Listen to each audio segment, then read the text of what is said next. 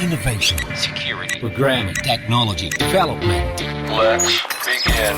DevSecOps. DevSecOps, your cybersecurity and technology podcast.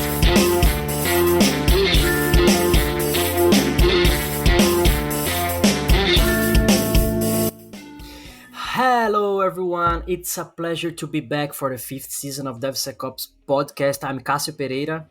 I'm Marco Santos. I was missing so much this audience because, this podcast just exists because of the audience, because people are listening, asking for this kind of content. So it's really a pleasure to be here for the fifth season, which means we are here 5 years already, Marcos. Can you believe that? Oh, I don't believe. 5 years. Oh my God. Were you missing me? No. I don't miss you. To be honest, yeah. Rodrigo and Gabriel don't go back. But I'm missing Ben-Yur because he's a nice guy. Ben-Yur is very good. Yeah, I like it too much. Apart from you and the guests, he's a nice guy.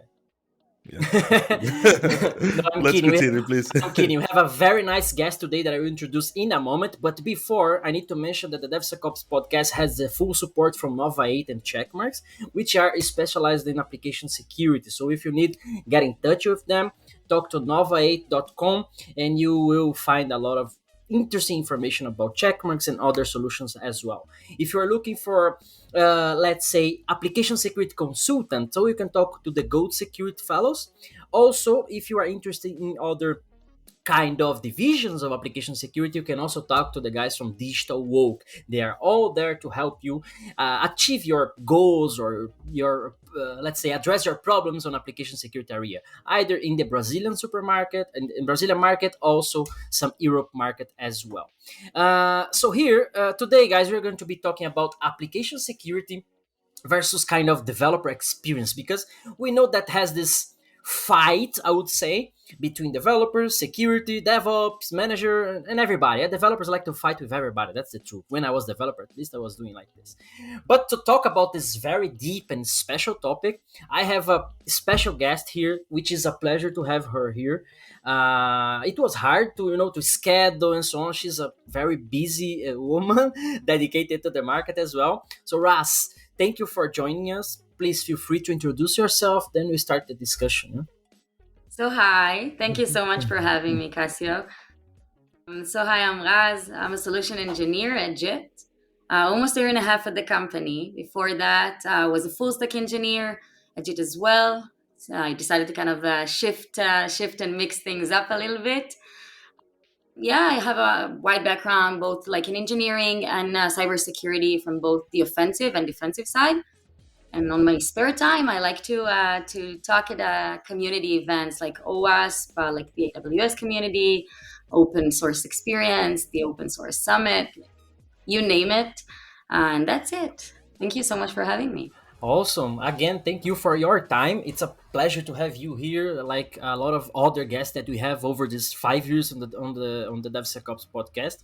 But you are becoming more international. So after 4th season, I'd say, and when I moved to the Europe, so we bring more English content, because mostly was a Brazilian market, so everything in Portuguese. People maybe will not understand everything, especially Marcos, because he doesn't even know how to speak in Portuguese. So, Marcos? I didn't speak Portuguese.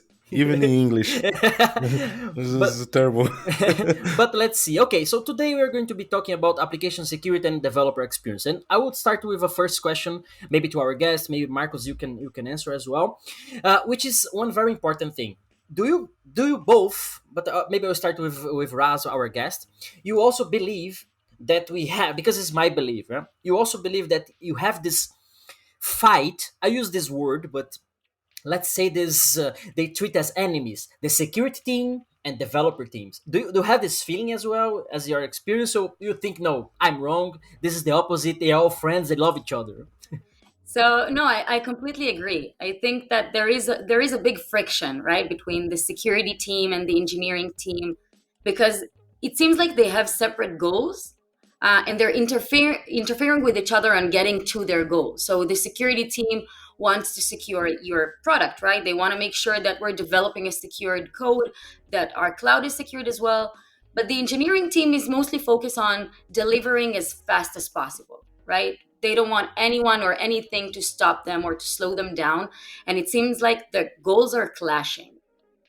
And quite frankly, the tools that the industry has been using until now, they're not contributing to solving this friction. They're actually like strengthening, right, the fight.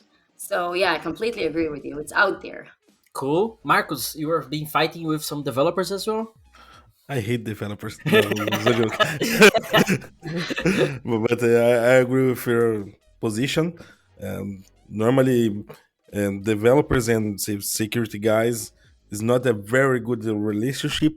Normally, the guys from developers don't like the security requirements, don't like program with a good security code.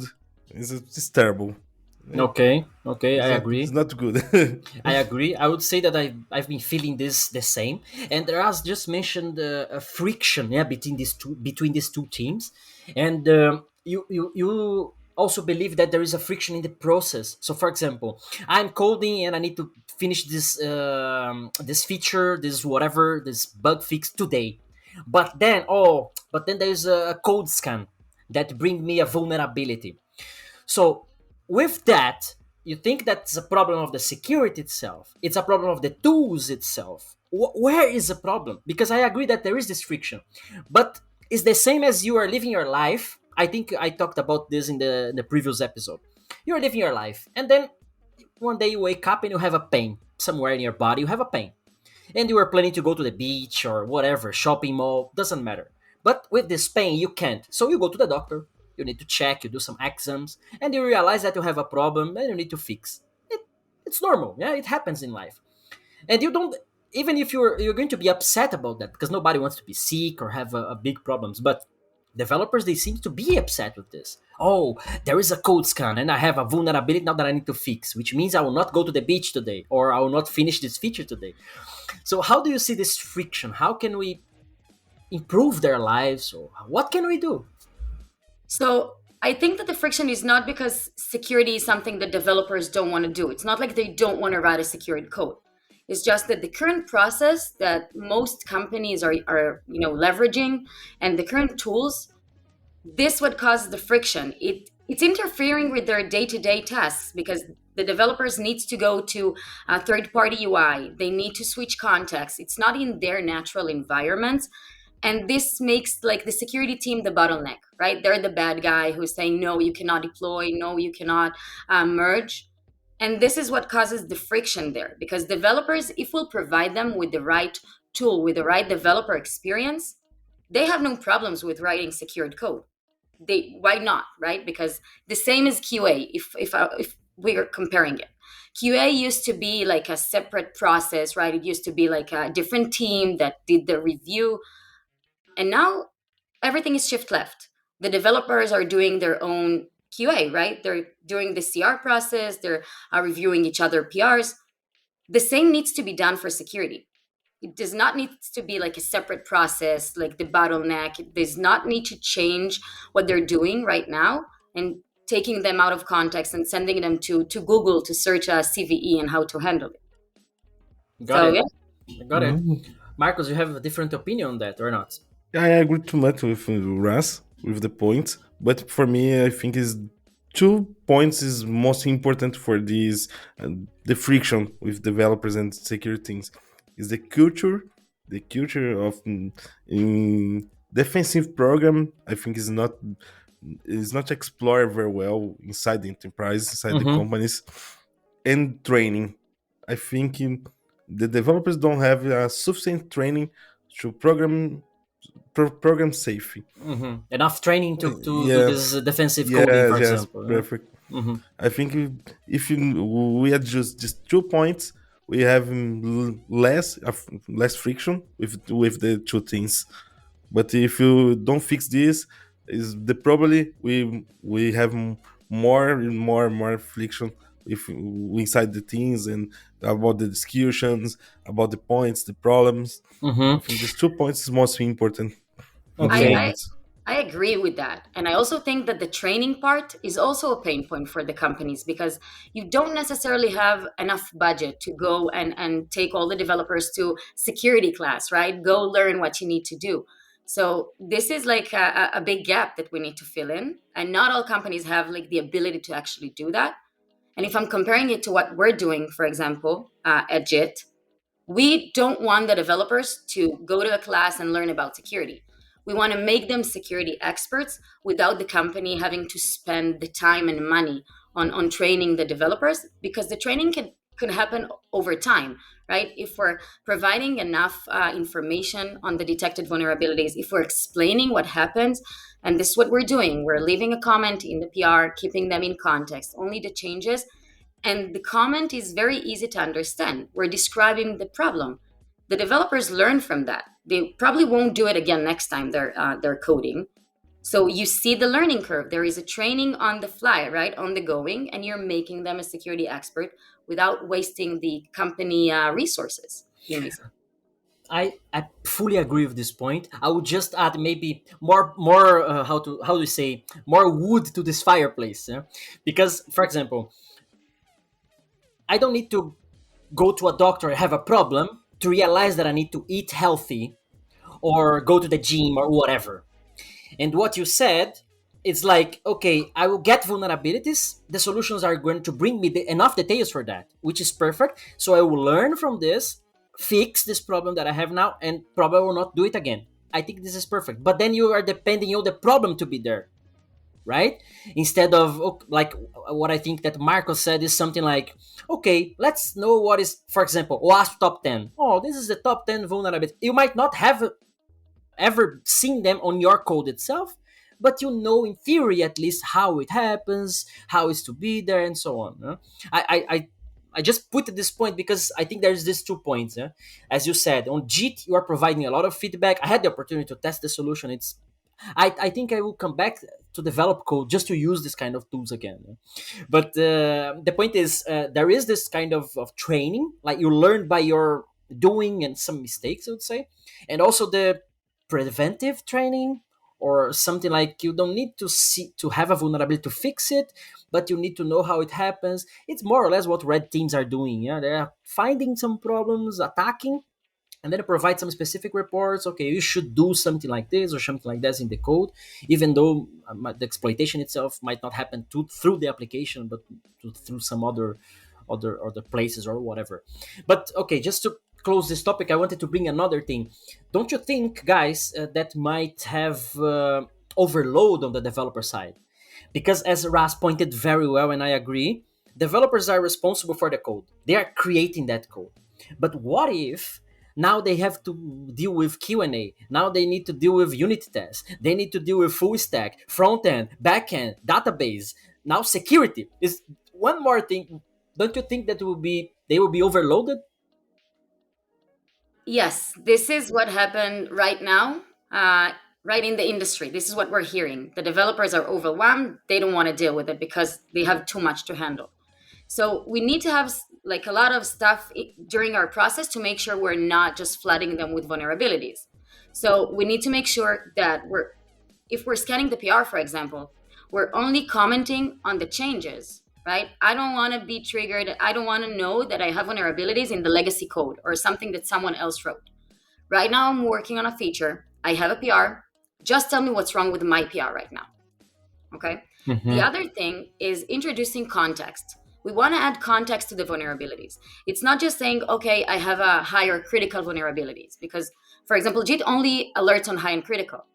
But we found out that you need to add a bit more information on top of that to make sure that you get the developers to only handle what's really, really, really is exploitable and threatening your code, your product. This is what's important, right? Mm-hmm. If a vulnerability is like in a publicly exposed repository, it's going to be high priority, not like compared to a vulnerability that it's not publicly exposed and not in a public repository. Mm-hmm. So we need to add that to the developers to also reduce the noise, because what happens right now is they're using tools that are just flooding them with vulnerabilities on any location in the repo, and low and info and medium. It has no context at all.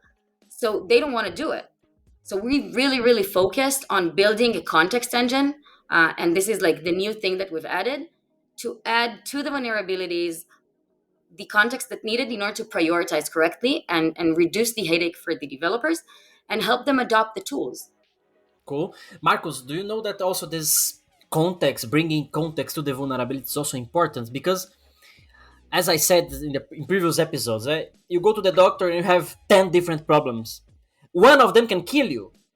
But as a human, you want to know all the problems that you have in order to try to fix them. Yeah? You know, like you can have a heart attack next month if you don't stop eating bacon. But you are drinking too much also, so your liver might have a problem in a few years. Yeah?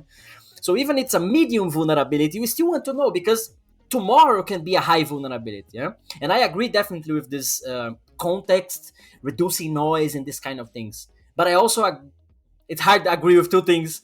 But I also agree that somehow we should inform, maybe not the developers. Maybe it's a discussion here. Like maybe not the developers. Like okay, you have 1,000 vulnerabilities. No, in your PI you have one that I need to fix. But in the application for the PO, for the CEO, whatever. Like guys, you have big problems here. Nah, they are not priority now, but they are there, and somehow you need to handle. Marcus, how do you see this? You agree with me? You disagree? You want to be fired from this DevSecOps podcast? Tell me now. Let's put fire here. I agree with the position because in the future, these medium vulnerabilities probably is taken a high vulnerability, and you have a problem in the future, most probably, or if you're not a high, probably critical or other things. But I think depends on the process when you have to fix these vulnerabilities in the time. Because okay, we have a critical and high to fix at this moment, and you have the middle and low to put in the backlog. And okay, and how many times my backlog needs to stay quiet, and how many times I need to fix this vulnerability. If you have a good time for months or weeks to fix, that's okay. For if you have years to fix, it's not good. Probably you have a lot of problems, and probably your enterprise receive a lot of problems with hackers and other things, and it's not a good, and your reputation and your money, and you solve a lot of resources to fix this. And Okay. depends on the process. For me, it's more in the process than the vulnerability. You see. Okay, I got it. So vulnerability management would Yeah. be the perfect thing, like to address this thing. And I love JIT exactly because of this, because you have your PR has these problems, you focus on this. But doesn't mean that your application or your full app or full app has other problems that you should look into it after. Maybe not now, but after. And this JIT, I think, if I'm not mistaken, it brings by default. Yeah, like as soon as you enable it, it will start scanning not the whole application, but PRs and so on and so forth. That's good. I have one other point that It actually scans all of the code base go and on, cloud go on. accounts once you onboard. So when you select your scans, if you want SaaS, you want CA, you want infrastructure as code, for example, it's automatically scanning everything that you have, takes the vulnerability that already exists, right? This backlog that Marcus talked about, and creates for you a unified backlog to manage all of the tools. So you don't have to manage like 12 different dashboards in the morning. Oh no, Gord, Oh my please. Yeah, so instead of doing that, you have one backlog, and simultaneously it happens like on the same time. We're helping you with the PRs, so don't introduce new vulnerabilities to the backlog. But the other stream is help you fix and clean the backlog, because as Marcus mentioned, yes, it's going to become a problem someday, and we need to fix this at some point, and we want to help you do that as well. So it's important to work in both work streams. Awesome. And it's a good point because in Brazil we have a problem when a lot of enterprise makes the scans and put the vulnerabilities in the vulnerability management, but never fix because it's only for compliance. You have This is a big a problem. huge backlog that is just there. Nobody cares. That's all. Yes. Yeah, it's And interesting. never put a threshold, never put a stop pipeline because of this. Okay, I have a lot of vulnerabilities, but only for compliance. Thank you. Go. Segurança. Tecnologia. DevSecOps. One other, I think, important topic that we should bring to this discussion is how we could balance, for example, because one thing is development teams, and another thing is security teams. let's say, AppSec teams, because usually company has the security guys, network security, access management, a lot of people, but application security is one or two maximum, as I saw. And how do we balance this? Is it possible? Because there is this, how to say, statistics or something like this about like you have one AppSec for 150 developers, 200 developers, something like that, and developers, they are like gremlins. You know this movies from the past, gremlins? They are multiplied by water. You put water on their back and they multiply. So developers are like this. And application security is the opposite. Like the more water you drink, the more you vanish. It's something like that. So how we have this balance? How, I mean, Raz, up to you. How we fix this? So yes, it happens, and then like the security team feels attacked, and then the engineering feel like they have power over the security team because they're more than them. So I think that like shifting left and moving the responsibility from like solely the security team to the developers would help kind of balance and level the playing field, because this is what we need to do. We need to make sure that the security team is not the only team in the company who is in charge of security. The developers should take responsibility for the code they're writing. Just like they won't introduce a bug to production, they should care about introducing vulnerability. And the security team needs to handle what they should handle, which is managing the backlog, which is getting you to your compliance needs. Like this is the company's business outcome that is relevant for them. And the development team needs to handle security also on their own. Cool. I agree also. I see a lot of AppSec people struggling with development things. Like, okay, we might contribute for that, but it's not our own job to set up the security scans. I mean, install and integrate and everything. It's like DevOps activity and developers, because it's their process itself. Application security should be focused, okay, what we're going to scan, what we need to be compliant, is the scans performing well, not performing well, false positive, this kind of things. And of course, helping, okay, I don't know how to fix this SQL injection here, help me. Okay, to fix a SQL injection, apart from the details that solutions provide to us, we should know that to help the developers as well, but not struggle with the activity itself. Yeah? It's like DevOps activities or CI/CD activities, whatever. Each company has different names nowadays, but you got the point, right? Marcos, you see also Yes. like this, or how you? No, I completely agree with Raz. Completely. Nothing to add. Not in this point, nothing. Perfect. Because sometimes I feel also there is a feeling of competition, like developers and security, and it's we are talking about, let's say, developer experience. And as you said, I think Raz mentioned in the beginning, I'm here with my Visual Studio open, coding. I want to Control Shift B and compile my application and run my application. It's done. I don't want to go to Jira. I don't want to go to Excel, or leave me on my place, or it's Visual Studio IDE or the repository. That maximum, two things, and the browser to Stack Overflow or something like that. And this kind of competition is because, okay, now a developer, a security team is coming to a report, a PDF from the pen testing, that I need to open this PDF and check whatever is there. And how do you see this, Raz, this problem of competition feeling? I think Marcos touched that, like culture is one point on top of that. Do you see the same, like people should be more trained, I don't know, well educated about this? How do you see this competition? Yeah, I agree. It feels like the developers don't know what to do. They don't want to go to a PDF or Excel, and like seems like the security team are chasing them. Please help me do that. Please help me fix the vulnerability. I have to be covered on the OWASP SVS because a customer asked for that. So it's like they're begging and they're winning because they don't do it. So I think that if we'll provide the developers with the right experience on their natural environments, which is, as you've mentioned, the IDE, like stay in the VS Code, stay in GitHub, in your PR. If we'll provide them with the ideal experience, that will probably resolve the competition and make the security team to be the good guy, not the bad guy. And we also need to help the security team because, as you've mentioned, they have a lot to implement, right? But there as well, they have a lot to handle, and it's hard to implement a security program, right? Because they have to handle like spreadsheets as well, not just the developers with the CVEs. They have to manage spreadsheets. They get like security requirements, and this security program is completely managed in a spreadsheet. And we want to help them automate this as well because they cannot maintain it. So they are overwhelmed as well. So we need to find the right tool, the right balance between helping the developers and also helping the security team and making sure everyone is happy. This way we'll create like a better work balance, better work culture.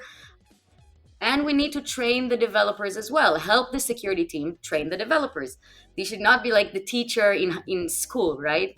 Coming in and yelling at them, you did this and that. We need to come from a positive place. We need to help them train the developers in the most fun and exciting way possible. DevSecOps. DevSecOps. I wish I have a sound effect here for these fairy tales, everybody happy. It was amazing, this sentence now, like everybody happy, don't yell at them. But I agree also. It's just, Marcos, you in your experience as pre-sales guy, what you get from the customers, they are, okay, I want this kind of solution, I need to start scanning my code and so on and so forth. But I know that they also beg for this. Okay, help my teams because developers don't want to fix, and we need to fix. How is that? You want to bring something to this point as well? Yes, I totally agree with you when Raz says, because if you have a solution with a good points in the IDE, if it helping you to fix vulnerabilities in the IDE or in other place when the developer is more comfortable, I think it's better for you to introduce and reduce these problems inside the company with the security things. But you need to train the developers. You need to put more challengers, put internally bug bounty. I think is a good point for you training. Gamification, for example. I think okay, the idea is a good point, and you stay your developer comfortable and in the right place, but you need to put these little challengers to the developer. Okay, I need to conscientization. I need to put awareness inside the head, and okay, I need to think now how to I code with security, how I code secure inside the company, and how I stay this being enterprise more secure with my codes and with my job. I think it's more about these points. Okay, make sure that what I'm doing is not bringing risks, for example, or something like this. I love the gamification that you've mentioned, I have to say, because developers love to compete with each other. So we need to help them compete on the stuff that help us, right? That is beneficial for us. Let's be a little bit only thinking about ourselves for a second, and let's leverage the fact they are competitive. So, for example, if you'll be able to get the development teams to compete with each other on who has the cleanest and most secured repositories, who is the most secure team, the developers would also like to help you not just fix the stuff as part of the PR, but also clean the backlog. So, for example, we have like a leaderboard in the platform. So we help you see for each team what are the related repositories for the team, give a security score based on the existing vulnerabilities, and we show you the leaderboards on who is the most secure team, the top 4 teams, for example. Then you can create a process in the company. Say each 2 weeks, let's do like a competition. Let's show the entire dev organization who are the top 4 teams. They want to help you after that. They want to be on the leaderboard. They want to show the entire company like I'm the best. And they will help you fix vulnerabilities. They want to be the security champion. They want to handle the security debt each iteration because it's going to be beneficial for them eventually. I don't know if it's around the world, but in Brazilian McDonald's, we have employee of the month. So you have the picture of the employee of the month on the wall of each store. I don't know if it's around the world. I never realized outside here, but in Brazil it's like this. So I think it's gamification brings this power. Like, okay, this team is super secure. On the other hand, this team is bringing more vulnerabilities, or the code base has a lot of problems they're not fixing. It's also part of exposing somehow. You can control that somehow inside the company. And one company that I worked is the biggest tourism company in Latin America. I will not mention the name because we have a lot of problems in the past. But still, I was trying to do a gamification there when in the end of the year, the more secure team, let's say, who are fixing more or introducing less vulnerabilities, we will get a package for traveling, like flight tickets, hotel, anywhere where they wanted. Especially on, for example, as Brazilians destination like US or Central America, Caribbean, this kind of stuff. But I left the company, so no travel, still vulnerabilities. That's all. I hope you got to win at least one time. I was AppSec, so I could not win. I was designing the program itself. But okay, I think it's a good point here that we brought. But I would like to know how JIT, because Raz is from JIT, she was mentioning before. What if you can talk to us? Let's say people listening want to try JIT. Is it free? Do I need to pay? Can I have trial versions? They are wondering how they can have better experience as security people or developers. What and talk about some features. I would say interesting things. I know all of them because I was trying, but I'll let this for you. Amazing. So yeah, first of all, check us out, jit.io. We have all the information. We have a product demo within the website, and you can contact us and we'll help you see all the benefits of JIT. And yes, of course, we have a trial period because you need to fall in love with the tool before you decide to move forward with it. And we believe you'll fall in love. So, like, give you the highlights of JIT. We're helping not just the developers, but also the security team. So, we're helping you implement an entire security program within minutes. So, it's across all the product layers. It's not just the AppSec tools. It's not just SaaS and SCA and secrets. It's the cloud, the infrastructure as code, the DAST as well, and the CI/CD security, which is something that you normally don't even start to consider. And we do this in a way that it's very business outcome driven because you want to be SOC 2 compliant, you want to be HIPAA compliant, you want to be OSPF, for example. You need to maintain it, as we said, in spreadsheets. And with JIT, you get like an automated security program. All you have to do is a few clicks. And the main focus of JIT is to empower the developers to develop secure code, but faster. So our developer experience is top notch. And as a developer, I can say that I don't hate it. And this is like the best thing for a security tool because we live inside of GitHub. So the developers are writing the code, they're opening a PR, they'll get notified only on the delta, right? Only on the changes with logs that they can understand. We provide auto remediation for them so they don't have to go and find out on their own how to fix the vulnerability. We provide them one click, commit suggestion, and the vulnerability is fixed, pre-production. And for the security team, we also have auto remediation for the backlog. So they can fix what's going on in the backlog. And we have an IDE plugin. So when they're writing the code, they get notified about the vulnerabilities and they can fix that with auto remediation as well. So it's kind of enters security across the entire SDLC with no overhead and without to actually need to manage the different dashboards and the headache because you get one unified experience with one platform. And of course, like that, the most, I think, exciting thing that I think you liked, Cassio, is the fact that we're open. So we're not developing our own tools. We're not purchasing them. We have the ability to orchestrate any tool out there, open source, commercial, cloud native, you name it, even homegrown tools. As long as you can wrap it around in a container, JIT can orchestrate it for you. So we're not locked into any vendor, and you can build your own security program based on your security stack without the overhead, without the learn how to configure and implement and manage and maintain. This is all done automatically for you using JIT. So I think that we really found the right balance between security teams and the developers because we really focused on both with a big emphasis on the developers. I think that from my knowledge of the industry, our developers experience is the only one that actually was built for developers. And I can say it because I hear the feedback. I know the other tools out there. And I really do encourage you just to try and give me your feedback. So you can contact me. Give me your feedback. I want to hear it. Awesome, awesome. We are in the industry. We know a lot of different solutions and tools, and I can say that JIT is one of the most impressive to me. Yeah, coming from the past, other solutions. Let's not name them to don't create a competition here, but Yeah. coming from the past tools, it was a lot of problems with scans, long scans taking hours to scan a code and this kind of thing, and it's problematic because of what we said in this 35 minutes. Yeah, friction in the process, integration, competition, blah blah blah. Cool, cool. So people, try JIT. I'll put the links on the description of this video of this episode as well.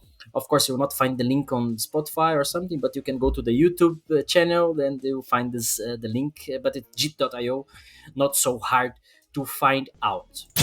DevSecOps. DevSecOps. Cool. We talked about how to bring these amazing things to developers and security teams. That's fine, but I have a specific question. Maybe I will start from Marcos now. Then Raz can answer. Then I can put my point as well. Why do we need to implement security in the first place? Why do we need to put security at all? Why? Why, Marcos? Why you put security? I don't know. For me, it's a good point. Why? Let's Why don't put put that out? security. Why you need to put in specific points? For me, we start the application with security. Since the threat modeler until the vulnerability management, all the points need to put security. Why don't create the application and things in security together? It's not a requirement. It's an application thinking in security. I don't know why. It's a good point. Must be security. That's all. Yeah. Okay. We need security. Fair enough. Raz? So if we're looking at it from a business perspective, right? You want to add security because you want to be secured. This is nice, right? This is the security team most desired dream. I just want to be secured. But then you have business needs. You have a customer that is requesting you to be covered on the OWASP top 10, for example. You need to provide this. You need to make sure that you're covered for the OWASP top 10 if you want to sign this customer.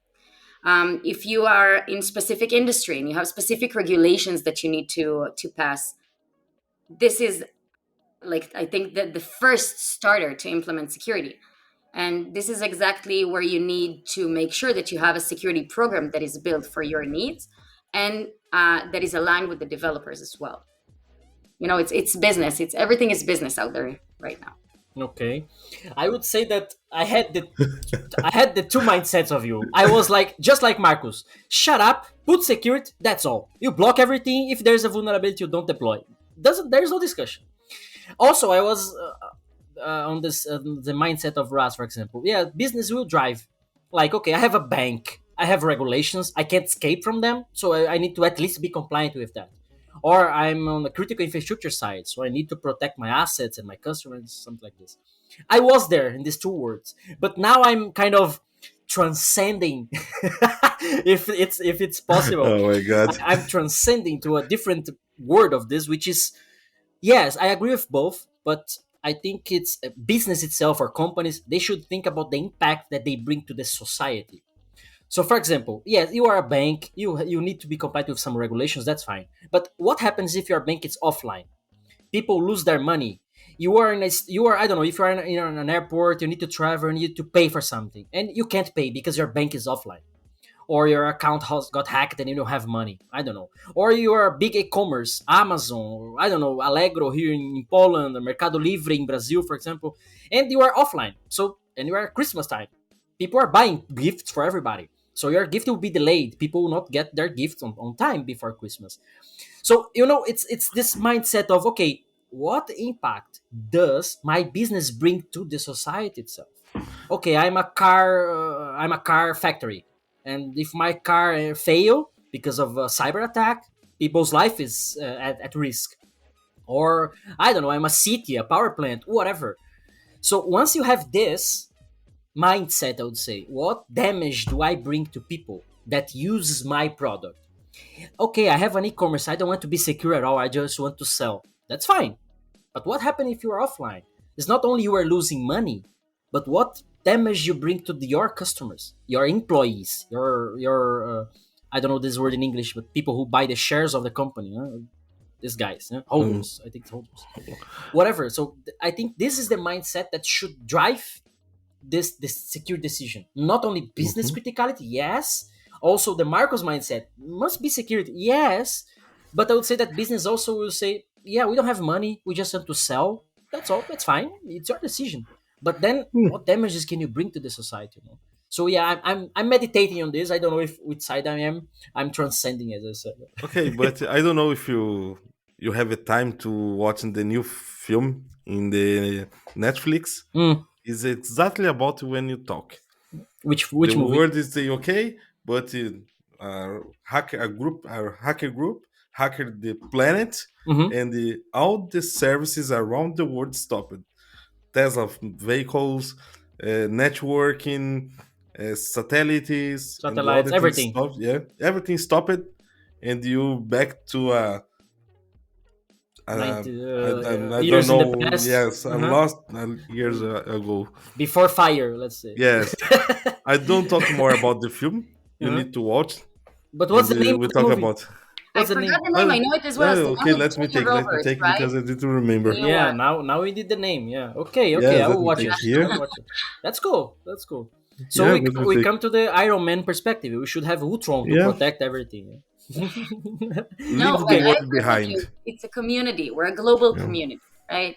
We're all connected. We have internet now. It's not like the olden days. We're all connected. Our information is out there. I want to be secured. So I'm doing the best thing that I can. And I'm a good person. And just like I want to be secured, other people want to be secured. So I'll make sure that my product is secured. And I hope that other people would secure their product so I know that I'm covered. So I agree. We're a community. We're all human beings and we want to Yeah. be safe and secured. Yeah, even in times, I mean, it's hard not to mention, but even in times of war, for example, I'm in Poland, right next to the Ukraine and this Russian stuff. Mhm. Raz is in Mm. Israel with all this stuff happening. We are in Brazil, right next to. I mean, we are from Yeah, Brazil, right next to Venezuela and yeah, Guyana with this new, whatever. no, So yeah, even these things, because there are cyber attacks also, yeah, between these wars. It's not only missiles and bullets and this shit, but there are also this cyber stuff which is attacking critical infrastructure, supply, food supply, and all these things that will damage the country, that will damage the people and society itself. And so, when my perspective nowadays about security is exactly like this. What we protect, we are protecting out ourselves. I'm using a smartwatch. My data is there somewhere, or I'm using an email service. Whatever is there, it's my life on it, either a bank yeah. account or whatever. So, Marcus, you have the name of the movie or not? Yes, leave the world behind. Try to Let's watch. watch and Let's watch. talk about. It's a Okay. very, very good movie. Yeah. But I will try. Let's see. Cool. Okay, but now I have one question for you too. Please. Yes. In your opinion, what's the next step or next tools when application security guys need to study or to learn? Because in the past we have a YAST solution, and the world don't like too much, and it stopped the development. And what do you think is the future? What do you think is the new solution for we study? Ras, you want to start with this? No, you go, Casio. I want to hear what you.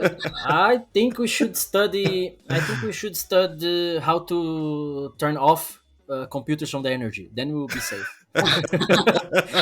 No, I'm kidding. I think one important thing is like everything now is code.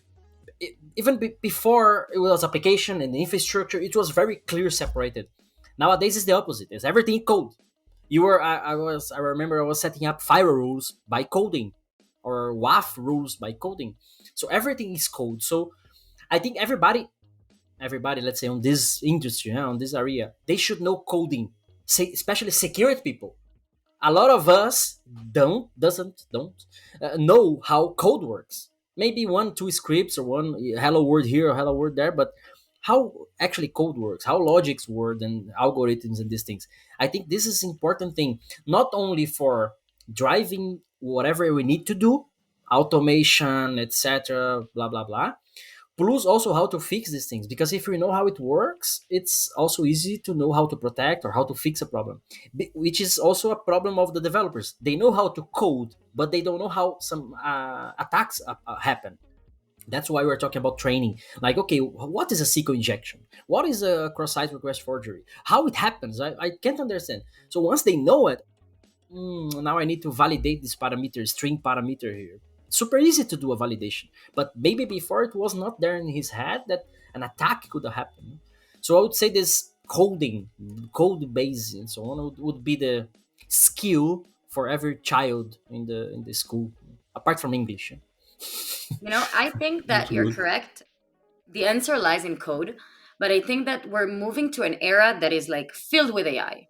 So even the developers not always coding because they know how to code. They're using a lot of tools, a lot of AI to code. So Co-pilots and so on. yeah, like Yeah. the open chat GPT. How do I write this and that Black function? box and the others. Yeah, so like we need to make sure that even if the developers are not like the best programmers because they now have AI, right? So it's gonna take off a little bit of the stress from them. Training on security, making sure that we have security tools implemented to help the developers and educate them on security.